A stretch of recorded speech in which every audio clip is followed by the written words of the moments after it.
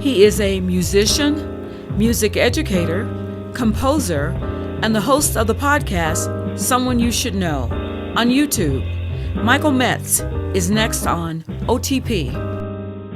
Thank you so much, Mike, for being here. How you doing today?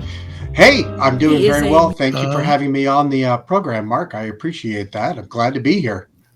I'm used to doing it the other way. I'm used to being the interviewer, not the interviewee. There you go. Well, we're glad we've got you on the podium this time. And we're glad that you had the time to fit us into your schedule. Let's jump right in. And let me ask you, first of all, what is your first memory of getting into music, wanting to get into music and playing? You know, I had to ask somebody about that. I don't remember a lot from my youth. And so I actually asked my mom, I was like, when do you remember I started trumpet? And she said I started trumpet before we moved out to New Mexico. When I was a kid, when we were we lived out on Long Island. And when my brother took up saxophone, and I guess I was jealous and I wanted to play an instrument. And of all instruments that she started me on accordion. Oh, wow. And I was like, accordion? Really? I played accordion? She said, yes, you did. And I said, I don't remember that. She said, good, because we tried to forget it. So I started trumpet when I was, I think, 7.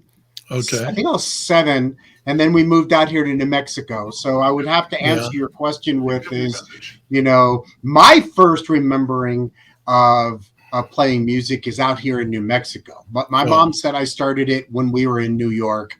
So I'll have to trust her. And I remember playing as a kid. I remember playing really when I was 7, 8 years old. And I started playing on the trumpet. And we used to have, a teacher used to come into elementary school. I think we were at Chelwood, all the way up there in the Heights. Oh, wow. And we'd have nowadays they don't do that, but we'd have a teacher come in once or twice a week, would either stay after school or, go to school early in the morning, and we'd have rehearsals. And I remember my first trumpet teacher,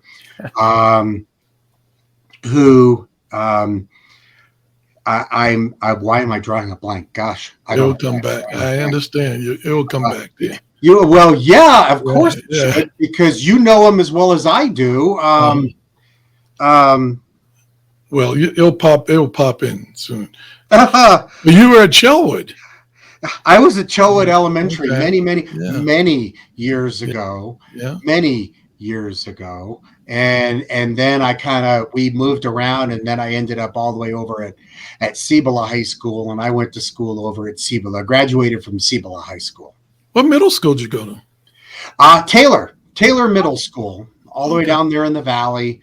It was I remember it being quite the drive. But yeah, I went to Taylor Middle School, and then from there I went to Cibola High School. Graduated many years ago, class of 81. Yeah. I want to ask, you spoke about Cibola High School, and a couple of interviews past, I did an interview with John Sanks, and he talked about how he, even in high school or junior high, he knew he wanted to be a band director, go into music. Do you have any type of memory like that, or was it later on in your life?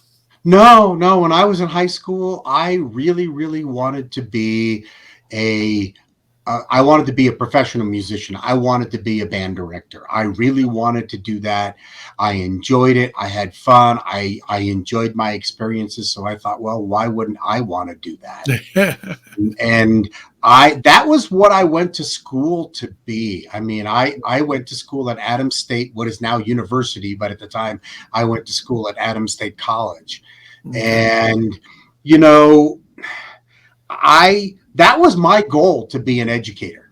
I wanted to work my way up. I wanted to teach at the high school level. I wanted to teach at the college level. And that didn't go very well. I failed miserably at it. I graduated from Adams State, and I went to work in Denver. and I worked for the Denver public school systems, and I lasted 2 years, and I didn't get tenure, and I failed miserably at it. I love teaching kids. Don't get me wrong. Right. Teaching kids was great. My problems was dealing with all the political garbage that you had to deal with. Oh, yeah. All the administrative duties, all the administrative people. I just didn't do very well with that. Well, let me touch on that for a second, because I think that's worth at least having a little conversation on it. I mean, you get into that, and I think everybody listening will have had some type of experience with that situation. And you do have to have kind of that, I don't know, what's a good way of putting it, a different personality, a split personality to deal with all the paperwork, the mess that's going to go on, and then the band room stuff. And then it just pushed you out? Or yeah, well, I just didn't have.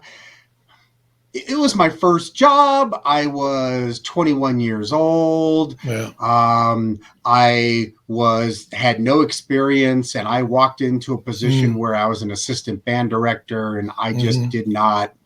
I didn't. I guess it was just young, inexperience. Sure, you know, been there. Not understanding, and when they let me go, they told me, they weren't going to give me tenure, which was fine, but they let me know July 31st because they were a year-round skill district. Right. So I was like, well, now what do I do? Yeah. I came home. Right. I came back to Albuquerque, because this was where I knew, and this is where I had, at least I could, my parents said, come home, we'll help you, we'll figure something out. Right. And yeah. And that was when my dad told me, my dad, who, bless his soul, died earlier this year. I'm sorry.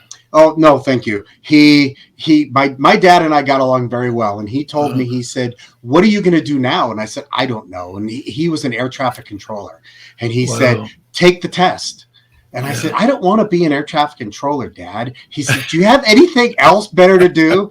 I said, no, because I don't have a job. Right. And I took the test. And that fall in 1987, the fall of 87, I got hired on as an air traffic controller. Wow. And I did that. I did that for 32 years.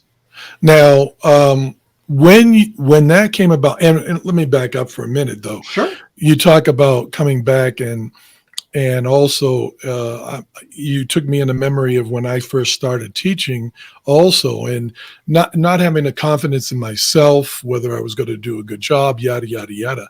And then you come back. Did you have any feeling that, okay, I know I can play, I'm on trumpet, should I just go full blown, trumpet and playing and gigging? Or should I go a safe route? Dad saying air traffic control. Did you have that kind of conflict, or you just went for it? Well, I did. I had a conflict, but the problem is, at that time, back in the mid 80s, there wasn't a whole lot. And I was, when I got back, I was substitute teaching for Albuquerque Public Schools. I was doing a lot of music substitutions because I had my degree, but there wasn't a whole lot of anything. And I was desperately trying to make some money. And just to appease my dad, I took the test. And I actually did fairly well on it. And I thought, well, what do I do? Do I teach? What can I do? And it was kind of a toss up. And I finally said, when they gave me my date that I had to show up in Oklahoma City, where the school is, I said, what's it going to hurt? Because, to be an air traffic controller, you have to pass what they call the screen. And the screen is a pass fail 4-month class. And you either pass or you fail. There's no in between. There's no gray area. And I got there, and like I said, I did fairly well, and I graduated, and I'm like, well, Sure. Yeah. Probably that kind of decided it for me. Sure. Say that, and it probably paid more. Yeah. Yeah, my starting salary as an air traffic controller was almost 2.5 times what my starting salary as a band director was. Hey, I'll tell you, my first salary down in Florida was $11,558. Well, I'll never forget mine was that. $12,800. That was my starting salary as a band director was $12,800. So that tells you how much I made as an air traffic controller. There you go. I don't, Oh my God. I don't regret my career. Sure. I don't regret it in the slightest. I tried to make things balance. I tried to do everything I could. I have a very lovely wife who's very patient with me. You married up. Yeah. I love my wife Vicky very, very much. God bless her. And when I married her all those years ago, I told her, I said, I'm an air traffic controller, and she said yes. And I said, I want to play music, and she said yes. And then kids came along, and then music kind of got put on the back burner. Yeah, and that's what I've, the common thread of all, and probably the people you're talking to, and we're going to get into your podcast after a while. Life gets in the way, and then we have to decide how is music going to be in that puzzle of life. And somewhere along the way, you talked about you had occasion to play horn. Is that correct? Or did I misread that? French horn? No. Yeah. No, I've always been a trumpet player. No. Okay. I had to pass my brass proficiency in college. I had to pass a woodwind proficiency. I had to pass a string proficiency. Yeah. I had to pass a piano proficiency. Right. But no, I'm not a horn player. I'm strictly trumpet and flugelhorn. And then, the occasional piano when I have to, but I don't think I could get away with it anymore. Yeah. We're holding hands there, you and me both. Yeah. You have to be able to, as well as I do, when you get an education, music education, you have to be proficient on everything. But once you stop teaching, all those little things go away. Yeah. They don't hang around in the back of your brain. And that is a nice leeway into people that have been playing music. The route that I have noticed, and again, I'm sure you've seen, people that have played in high school, in junior high school, maybe in college, they get the degree, parents either sell their horn, they take off, then they want to come back and try it again. And talk about, you're a music educator, talk to those people that say, you know what, I'm in my 40s or 50s now. Should I go back? I have this feeling. Yeah. Well, back in 2003, I put my horn in the closet. Yeah. I couldn't do it anymore. I could not be working full-time as an air traffic controller and be a husband and be a father to 3 boys and try to have a life. Go ahead and preach it. Yeah. Oh no, I couldn't do it. And I put the horn away. And, when I brought it back out in 2018, I was 15 years of having the horn in the closet.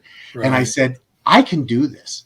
Yeah. And if I can do it, anybody can do it, because you just have to be able to understand when you pick up that horn again, it's not going to be like when you put it away. Right. When before I put that horn away, I was playing full time. I had my own jazz group.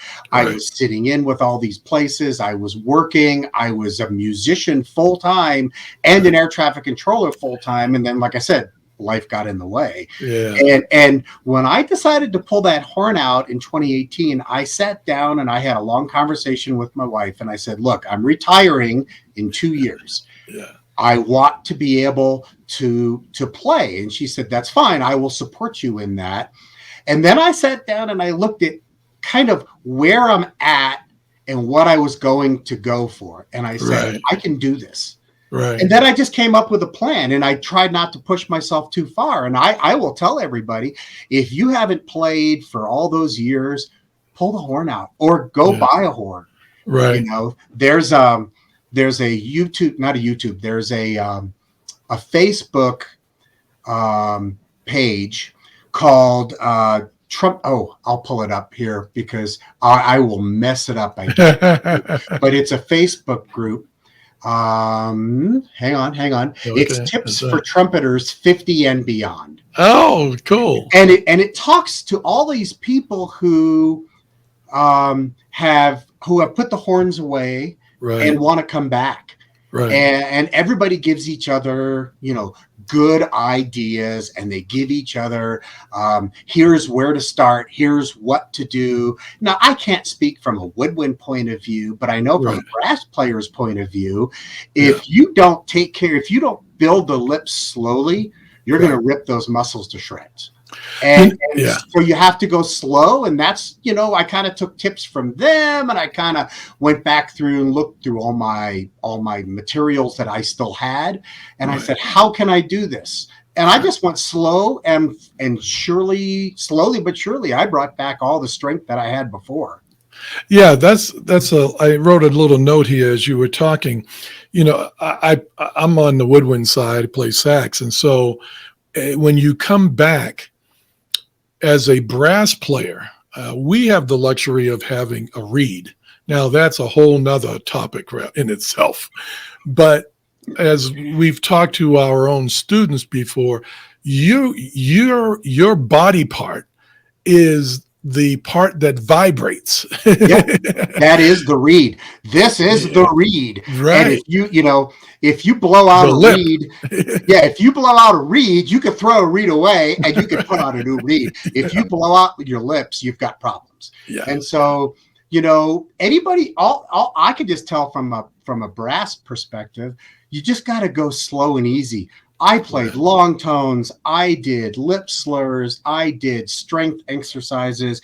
And when I was ready to get back into the world of things back in early 2020, of course, we were in the middle of just about to start a pandemic, but I realized I had the strength and I was ready to go, so it just, the biggest key to getting back to a brass instrument is don't go too fast. Don't go too fast. If you go too fast, then you're going to have issues. Take your time, go slow. Don't expect to be where you were 20 or 30 years ago when you were playing. Take that time, take some lessons, work with somebody, and that's what made the difference for me. It helped out a lot. And also talk a little bit I'm going to play a clip of yours. It's just a nice leeway into that clip. But before we do that, talk about a little bit about range. Because, again, I can't talk to that. We do manage, and I don't want to put it out there that reed players don't have to worry about their lip and the strength and building up. But when you're dealing with brass, and you're trying to get a C above the staff and beyond, building up those chops again, talk about that on your range.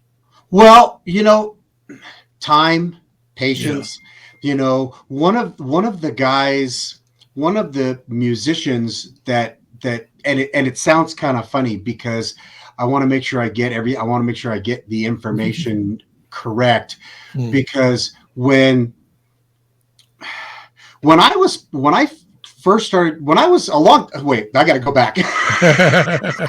Let me re-step this here. Okay. So when I was playing back in the early, in the 80s and the 90s, I started taking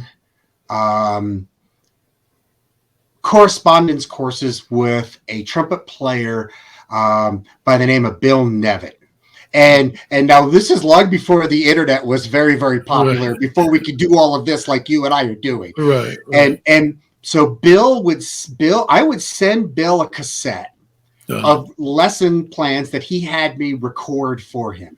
Okay. And he would sit there and I'll get to the reason why I'm bringing this up. Sure. And then he would record some notes and he would send it back to me with new exercises to record. So we did a correspondence thing for about 2 years. Okay. So when I was getting back into things, I went back to his books, and Yeah. Bill Nevitt has some really good books on range building. Right. And so he's long since no longer with us. He's long since dead. But Wow. Bill's stuff was still valid today. And so working through those exercises, I was able to build my range up. Now, do I have a double G? Do I have a triple C? Yeah. No, I have a good working range. I can play high. I am no lead trumpet player, unlike some of my peers, but I'd rather sit on the second chair anyway in a big band and play all the solos, which is besides the point. So to build range, I used Bill Nevitt's books. There you go. Bill Nevitt had all of his books are available at qpress.ca in Canada.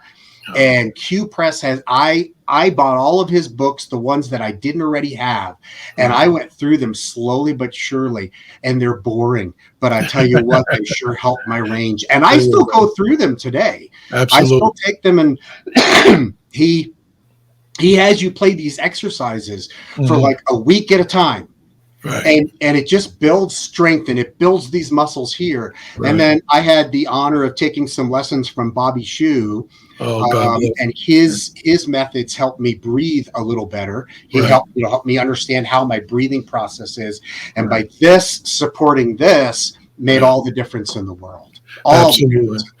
You made me think of the book I've been attached to all my life, the Universal Method book for saxophone. And so that's, what I went back to. Let me lead into a clip. I'm going to play this, and then we'll listen for a while. I'll bring it down, and you can talk over it a little bit. Tell us about it.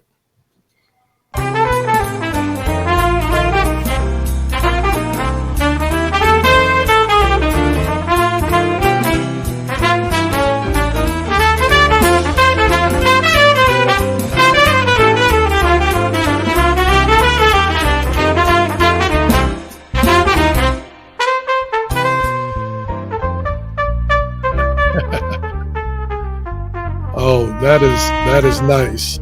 Oh, Tell us a little bit about that. So that song is Carbon Bebop. And that is recorded from like the mid 1990s. That's a long time ago. Yeah, that's with some people that I was playing with at the time. I had my own jazz ensemble. Okay. And I spent some money, and I said, let's go into the studio and let's do some recording. And we recorded about 10 tracks. Oh. And that one is one of the ones that I actually, people would ask us to play that when we were at gigs. They'd ask us to play that. It's not a very hard song. Right. But, the people that are playing on that, Robbie Wilkerson is on saxophone. Robbie is from New Mexico. He now lives and works in New York. He's actually the lead alto player for Michael Bublé's band. Oh, okay. So he's playing alto on that. Arnold Bodmer is playing keyboards. Craig McClelland, who just recently moved back, is playing bass. Andrew Squire is on drums. Is that all of us? Who's playing bass, drums? Yeah, that should be all of us. and we just went in the studio, and we were I was just trying to get some of these songs down, and get them recorded. And I have about 5 originals up on my YouTube page that people can listen to, including this one, a couple of other ones, Agnostic Beliefs, and a few of my other ones are up there. And and I just it was so weird to hear those. I didn't even know I had them. And then I happened to find an old CD, and I was like, well, what's in this? And I dropped it in the in the machine, and I'm like, oh wow, I didn't even know I still had these. And I figured I'll just put them up on YouTube. Right. Why not? Yeah, yeah. And that leads us into just your relationship with your music. You talked about your wonderful wife, and I equate kind of like the relationship we have with our loved ones and to music. And for those listeners that are listening and possibly going to go back into playing, Talk about how you try to connect your music to the audience and then to the listener. Wow. That's. I don't think I sent you that question. No, but that's okay. It's an interesting question because, see, when I was playing back in the 80s and 90s on a regular basis, I was a very selfish musician. I really was. I was a very selfish musician. It was about me. It was about, I don't know how else to put it. I mean, I was very selfish. I was very jealous of my peers. I was wanting, I wanted to do things that weren't possible.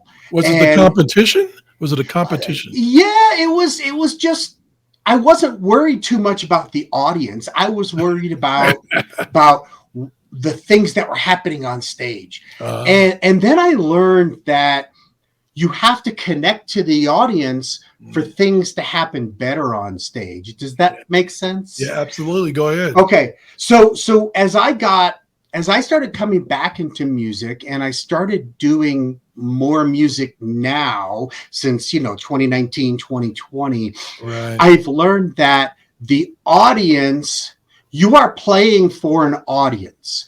And if you start doing stuff that's above your audience's level of enjoyment, then you lose your audience. Right. So now when I am performing, I'm having more fun because I know the audience is enjoying what I'm doing. Right. And I think that's what my attitude has changed from the 80s and the 90s to now, is that I want to play because I'm enjoying myself because what I'm putting out there, people are enjoying. Yeah. So what you give to it is what you get out of it. Does that make sense? Absolutely. And, as you were talking about that, I had a little bit of different experience I'm talking back in college. I don't have the extensive performing that you do, but when I was in the jazz band,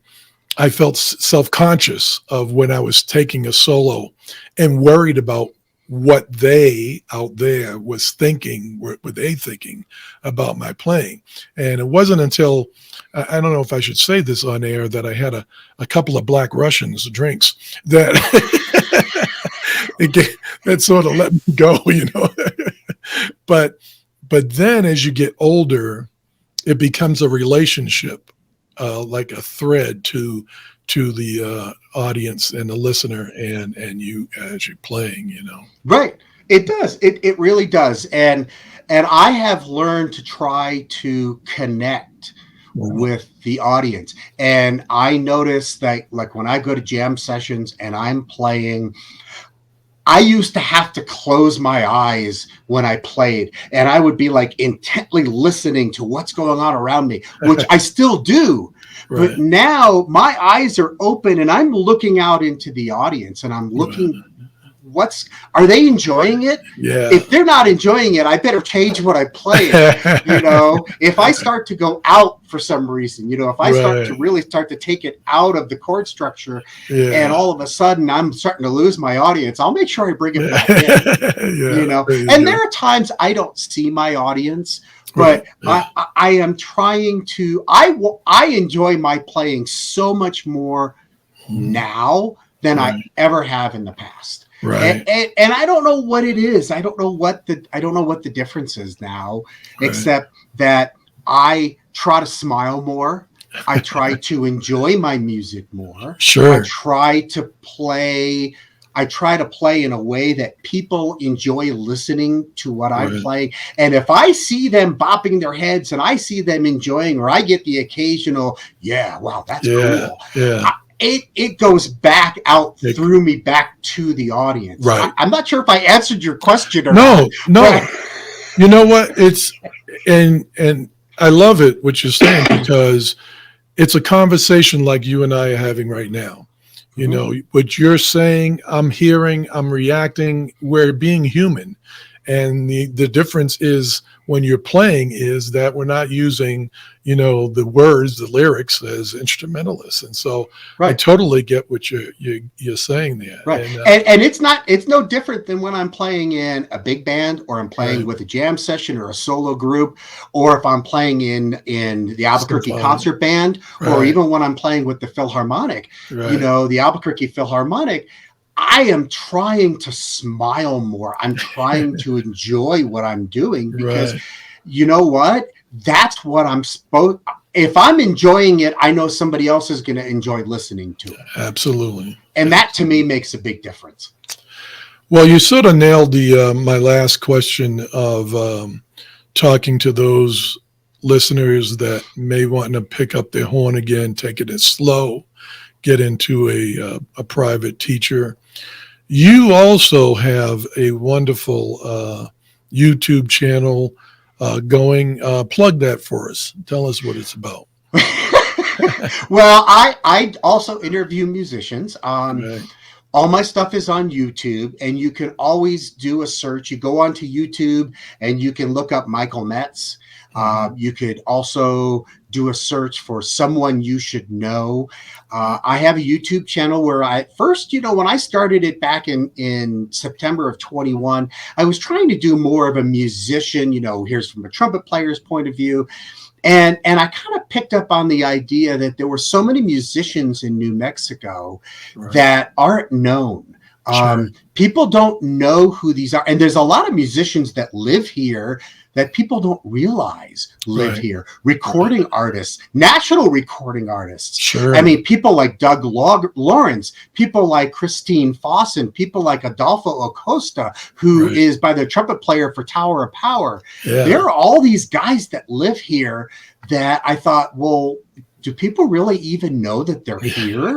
And so that's why I aptly named it Someone You Should Know. And I interview musicians that are from New Mexico. So, you could just, if you go onto YouTube and you search for Michael Metz, you'll see my big stupid picture up there. It'll come up right away. And then you can type on there, and there's, like I said, I've got all the stuff that I was doing from the 90s. I've got my recordings up there. I have my interview series up there. I also during the pandemic, I did a lot of collaboration efforts where people would send us a bass recording of something. I mean, everything from Strauss to originals to Christmas music, you name it. And so I also did about 30, maybe 40 of those. Yeah. And so those are all on my webpage too. And so you can always visit the webpage and please like and subscribe. But I always say that, please like and subscribe. I don't have a lot of followers, but I do have a lot of people that enjoy the interviews and record and like the stuff that I've put up there. And so whether or not, I'm not looking to get any money out of it. I'm doing it just because I like doing it, and I like to talk to some of these musicians. I think I mentioned it before we started. I've got Doug Lawrence coming up. Doug Lawrence still lives here, graduated from Highland High School, and still lives here in Albuquerque, even though he travels all over the world with the Count Basie Orchestra. So those are the kind of people that I'm interviewing. So yes, please, besides visiting yours, they should come and visit mine too. There you go. I need to go back a step. I need to mention two instructors of mine who I don't know why I have no idea. My first trumpet teacher, by the way, was Ron Lipka. Don't ask me why I forgot his name. I cannot tell you. I was so embarrassed when I realized, it's Ron. And my first trumpet teacher all those years ago was Ron Lipka. There you go. And I was like, Right. So I wanted to make sure I mentioned him. And then my trumpet teacher through high school was Jeff Piper.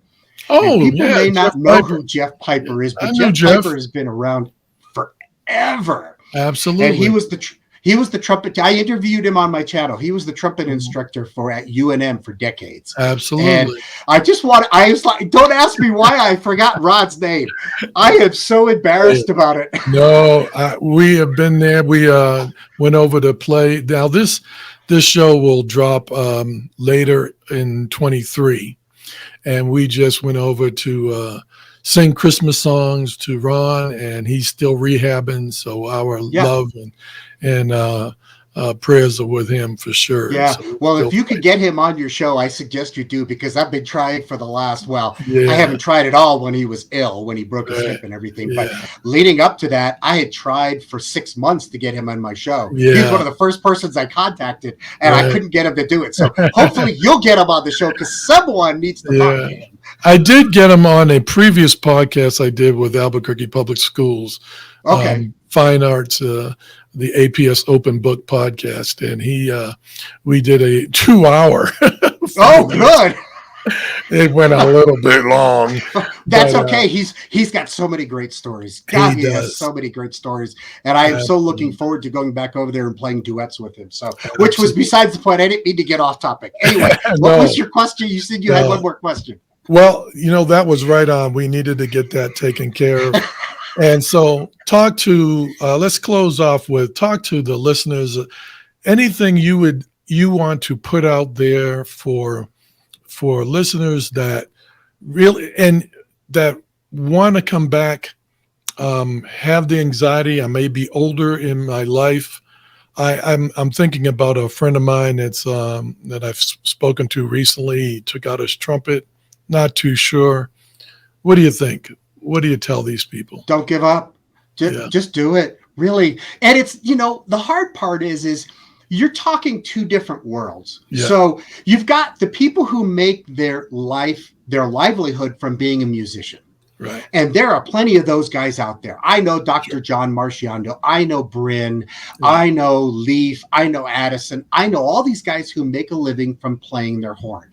Right. And you know what? They're really, really good, and they deserve what they do. However, those of us who are what we call comeback musicians or second career musicians, like me, like yourself, like a lot of people who are out there, you do it because you want to. Yeah. There's no stress. There's nothing that's going to stop you. You get involved with a band. You get involved with any group, Albuquerque Concert Band or the Philharmonic or any other group that's out there. You get involved and you play. Yeah. And who are you making music for? Right. You're making music for yourself, right? Yeah. Yeah. You want to make people smile. So what I tell people who are like on this Facebook page that I'm part of, don't worry about trying so hard that you get frustrated. Right. Go slow. Yeah. Play what you want to play. I don't care if you pull it out once a year and play Christmas tunes. Right. Play what you want to play and do it at your pace. There's no rush. Yeah. Play. Yeah. Yeah. You don't have to play in front of an audience. Just play. Preach it. If you're playing in your living room and you just play for your own heart and your own soul. Yeah. And there's a lot of stuff you can find recorded stuff out there. So like I love to play jazz. Right. And we both probably grew up with the Jamie Aebersold stuff. Yeah. And put on the record and it plays 3,000 choruses of the same thing. They've refined that to a point where you can get these digital recordings of solo work where you could play along with a full rhythm section. And you play the head, you play a couple of choruses, and you come out. You have recorded music, this brass quintet stuff, music -1. So it's you've got a French horn, a trombone, a tuba, and 2 trumpets, and you've got the trumpet on one track and the trumpet 2 on the second track. Right. So you can play brass quintet stuff minus all of that. I mean, what more can you ask for? No one says you have to go out and record. No one says you have to play in front of an audience. Pick up your horn and play.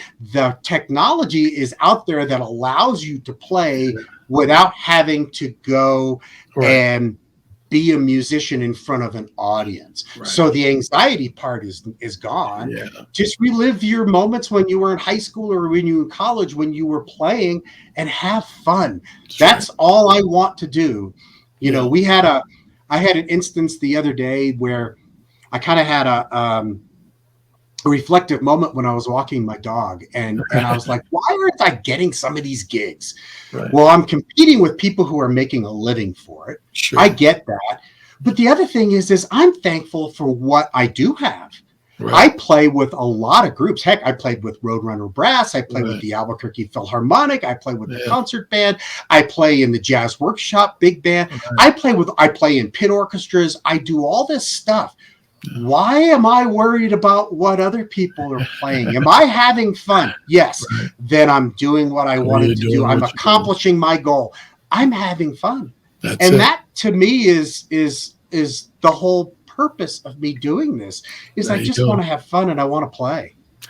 Hey, thanks for bringing the fun to us this morning. Your energy, we can hear it in your voice and the love for music, man. And God bless you.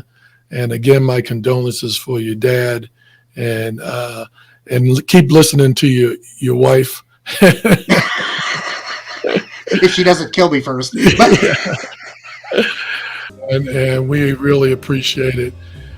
We want to thank the listeners to the podcast so much, taking the time out of your day. Michael Metz here in New Mexico. He wants you to go out and have fun. We want you to go out and play all the right notes. You've been listening to The Podium. If you would like to be a guest on The Podium, email the show at onthe-podium2@gmail.com. That's ONTHEPODIUM TOO @gmail.com.